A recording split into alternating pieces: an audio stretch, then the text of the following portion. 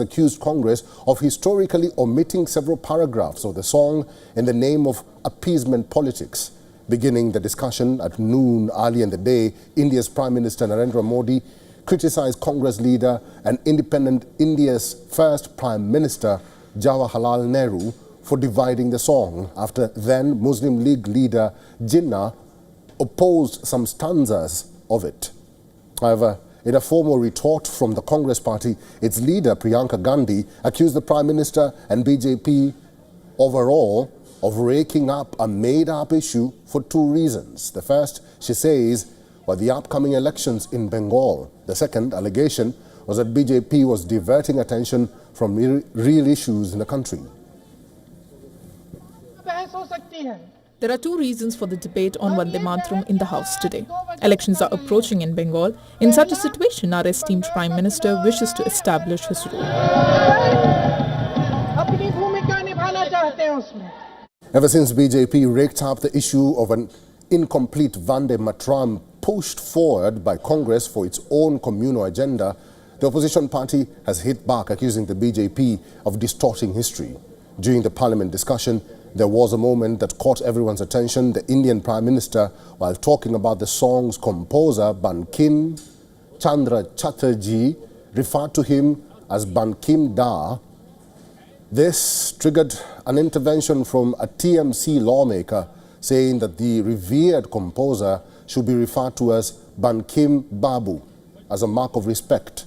The Prime Minister corrected himself but went on to make a joking retort at the TMC leader. आदरणीय अध्यक्ष जी, बंकिम दा ने जब वंदे मातरम की रचना की तो स्वाभाविक ही वो स्वतंत्रता आंदोलन का स्वर बन गया। पूरब से पश्चिम, उत्तर से दक्षिण, वंदे मातरम हर भारतीय का संकल्प बन गया। The debate will continue with Home Minister Amit Shah initiating this discussion in the upper house on Tuesday.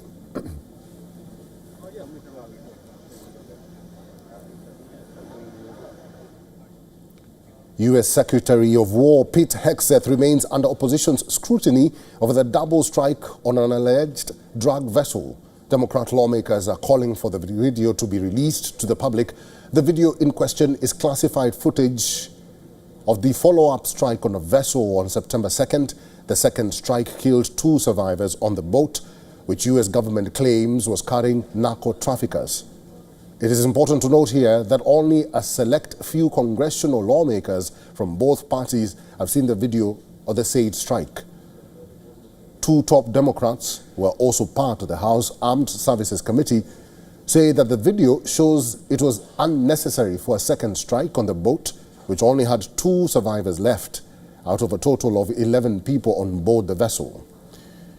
During a media interview, Democrat Representative Jim Himes said, and I quote, "The 2 survivors were barely alive, much less engaging in hostilities when the follow-up strike took place." Democrats and critics of the Trump administration are questioning if authorities knew the identity of all 11 individuals on board the vessel that the U.S. struck on September 2nd.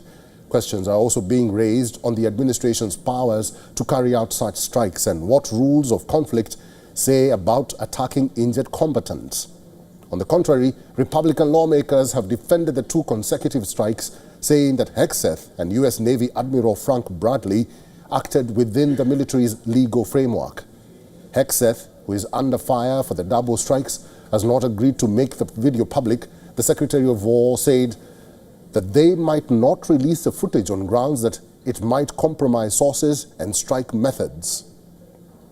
However, several lawmakers who have seen the footage in a closed room briefing argue that the video is not different from the other strike videos that Hegseth has already shared on social media.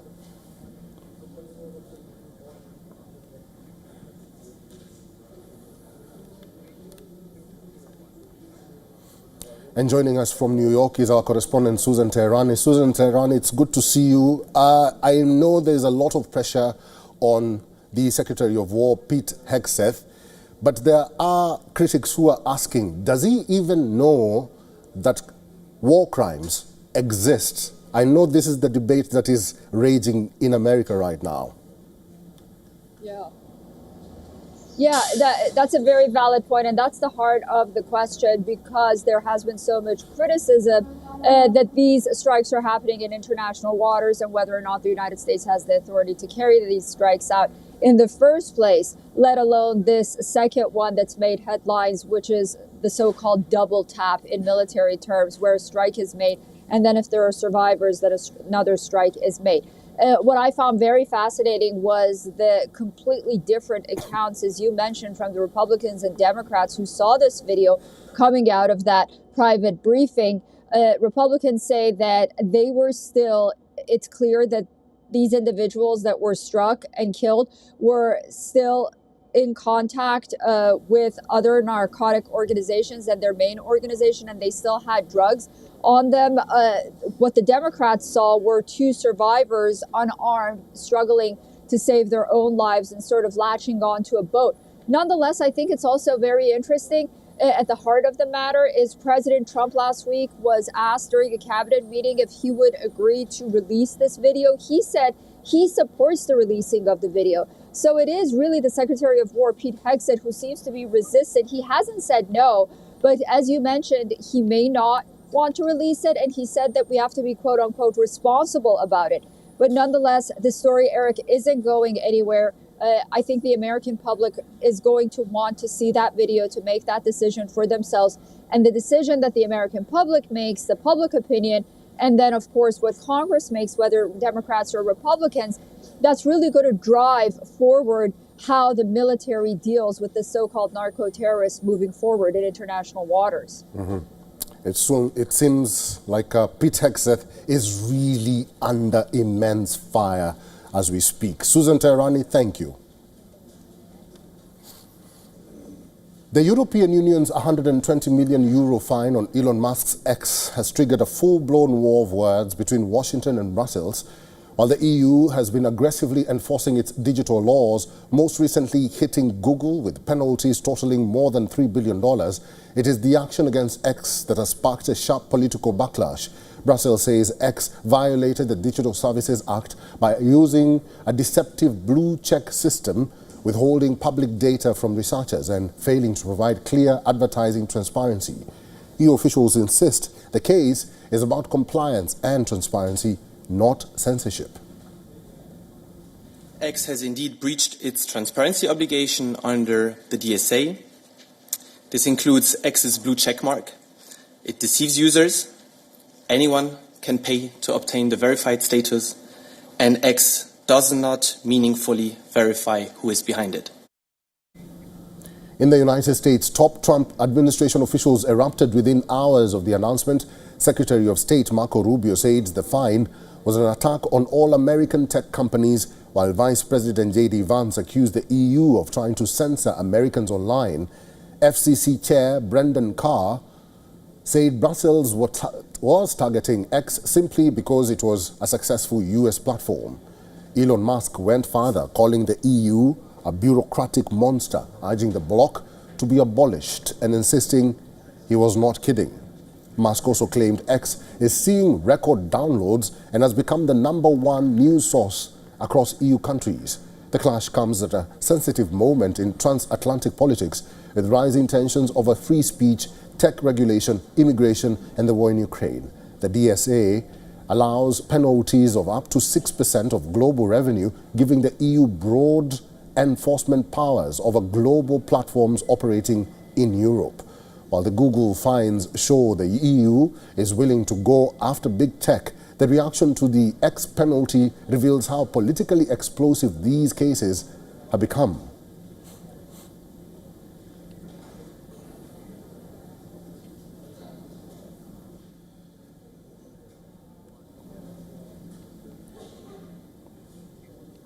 Syria marked 1 year of Bashar al-Assad's fall and rise of Ahmed al-Sharaa regime. Infighting, the Druze standoff, Alawite distress and elections, Syria's tug of war with stability and turbulence continues. The sentiment on the streets is that of hope, People are celebrating the anniversary of Assad's fall and beginning of a new era. Thousands of Syrians gathered at Umayyad Square in capital Damascus. The streets were seen covered with Syrian flag of independence. Syria's President al-Shara paid a visit to Umayyad Square. Thousands of people gathered to catch the glimpse of their leader. Shara urged Syrians to work together and rebuild their country.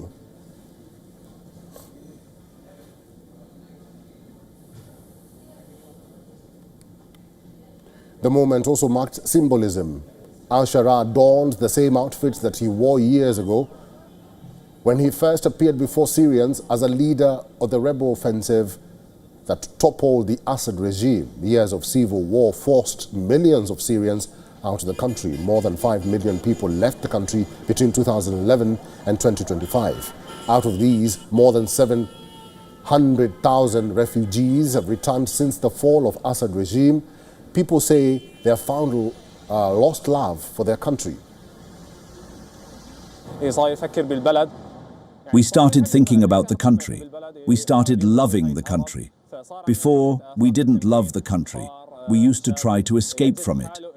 Opportunities for empowerment opened up for us. Youth began to see that we have a role in building this society and that we must contribute something to building this nation. We can hardly believe that in 1 year we were rid of a tyrant who ruled for nearly 6 decades, nearly 60 years. This was a big dream of ours, and thank God he has blessed us with this bounty.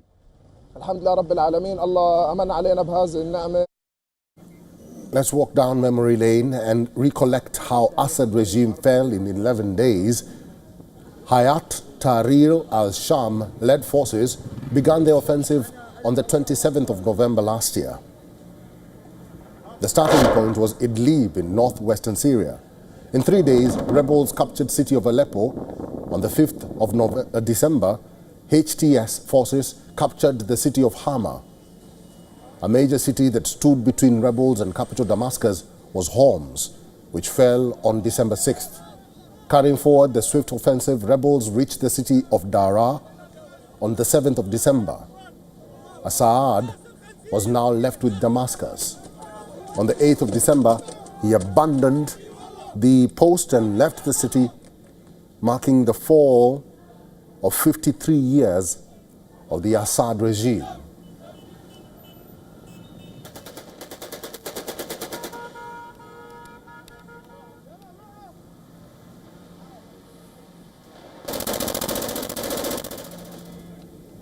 The conflict between Pakistan's military and the Pakistan Tehreek-e-Insaf Party escalated over the weekend. PTI leaders and supporters were outraged after a comment by Lieutenant General Ahmed Sharif Chaudhry. He is the Director General of Inter-Services Public Relations, making him a spokesperson for the military.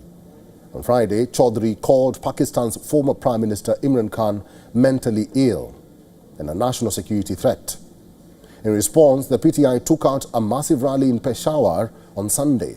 Tens of thousands took part in the show of strength. There were songs, speeches and declarations, and amid all this, there was a rallying cry.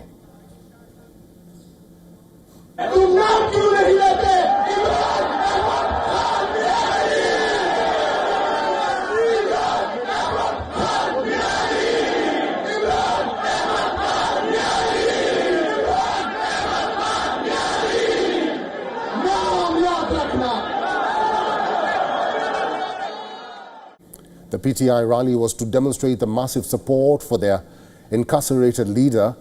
Imran Khan has been in jail for over 2 years now. He is facing over 100 criminal cases, which the PTI says are politically motivated. Despite being imprisoned, Imran's popularity has not waned, as was evident from the Peshawar rally.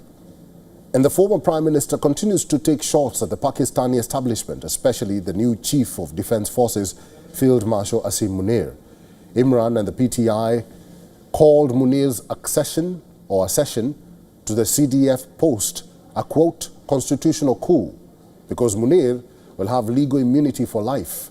He cannot be brought to trial over anything he does. Imran and the PTI warned of the dangers of such privileges After that, the military spokesperson called Imran a national security threat. The Peshawar rally showed that the PTI will not be backing down. However, it seems the party is not taking a completely uncompromising stance because the day before the rally, the PTI's chairman, Gohar Ali Khan, hinted that the party was willing to talk.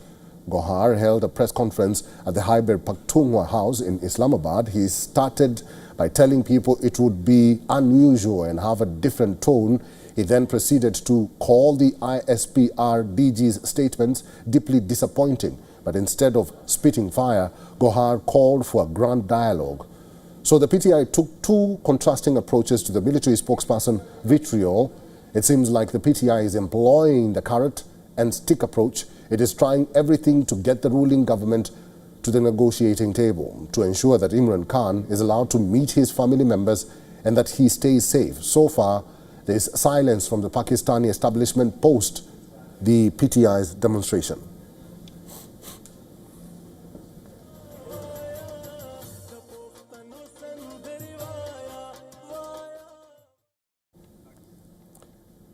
Hours after a failed coup attempt in Benin, the country's president, Patrice Talon, issued a televised address to reassure people. Talon's statement comes shortly after few military personnel claimed they overthrew the president. In the aftermath, soldiers are guarding the presidential palace. The coup attempt on Sunday sparked a swift response from loyal army forces, joined by airstrikes and troop deployments from neighboring Nigeria. Beninese military and security sources said that around a dozen soldiers have been arrested, including those behind the coup bid. This is the place for me to congratulate our defense and security forces as a whole for their sense of duty. I would also like to spare a thought for the victims of this senseless adventure, as well as for the people still being held by the fleeing mutineers. I assure them that we will make every effort to find them safe and sound. A small faction of Benin's army attempted this coup during their statement on national TV. The group also announced the suspension of Benin's political parties. The soldiers said they belong to a faction called the Military Committee for Refoundation. But hours after the coup announcement, Benin's interior minister appeared on state TV. He announced that the coup attempt had been foiled. Benin is located in West Africa between Nigeria and Togo. The region is gripped by political uncertainty. There have been a total of 10 coups in just the last 5 years. Niger, Burkina Faso, Mali, Guinea and Guinea-Bissau have all seen coups recently.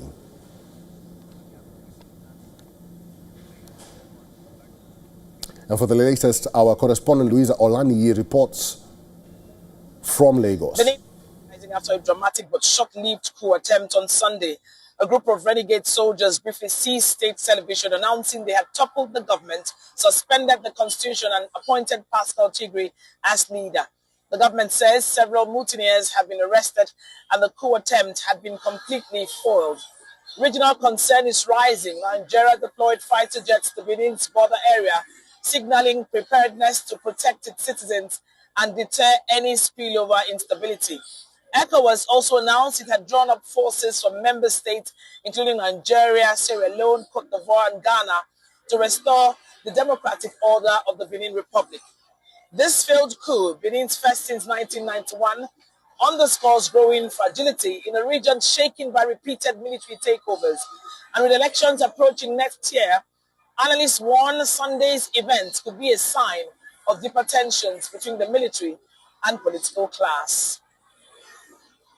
From Lagos, Nigeria, Louisa Olaniyi, WION, World is One. Days after Hong Kong witnessed its worst fire in 80 years, residents voted in Legislative Council election seen as a test of public sentiment following the tragedy. Sunday's election saw a near-record low turnout, with only government-vetted patriots allowed to run and just 20 of 90 seats directly elected. The final turnout was 31.9% compared with 30.2% in 2021, which had been the lowest since the former British colony returned to Chinese rule in 1997. In a press briefing early on Monday, Chairman of the Election Commission said the fire had changed the social atmosphere, making it a very difficult election to organize. I think, as I mentioned this morning, I think the devastating fire has changed the social atmosphere. A total of about 1.3 million voters walk out to vote.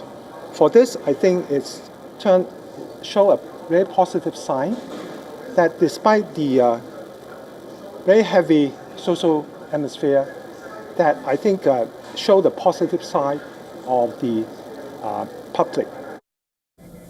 All 90 members of the new term Legislative Council have been elected. It comprises of 40 members elected by the Election Committee, 30 by functional constituencies, and 20 by geographical constituencies through direct elections. The 8th term of the Council will commence its 4-year term on January 1st next year. Vivian Kong Manwai, the Paris Olympics gold medalist, won the 2025 Legislative Council seat for the tourism functional constituency. At the same time, Kenneth Fok Kai Kong retained its seat in a Legislative Council by being re-elected as representative for the Sports, Performing Arts, Culture and Publication functional constituency. While only 20 of the 90 members of the new term Legislative Council are directly elected. The rest chosen by an election committee stacked with Beijing loyalists and special interest and professional groups.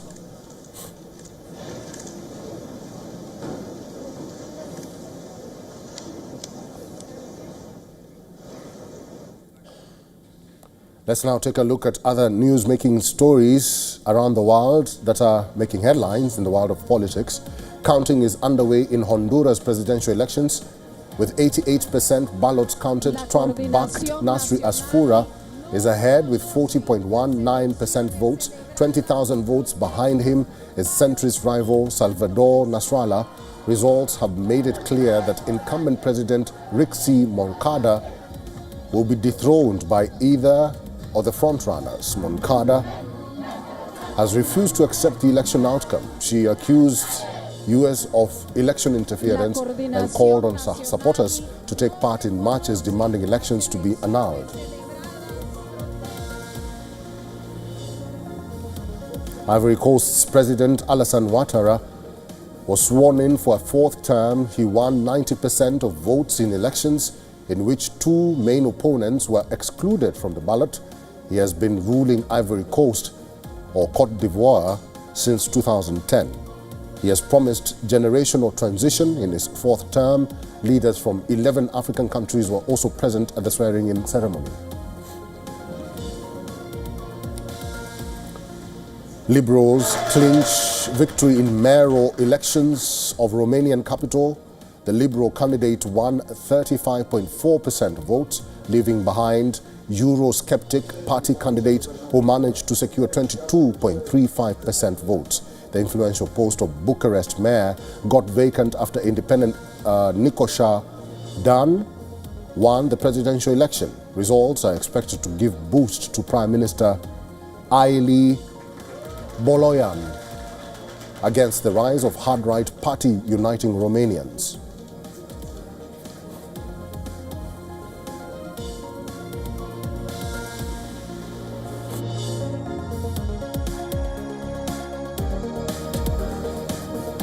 And that's the latest on this edition of Race to Power. Thank you for watching. Do stay with us. This is WION The World as well.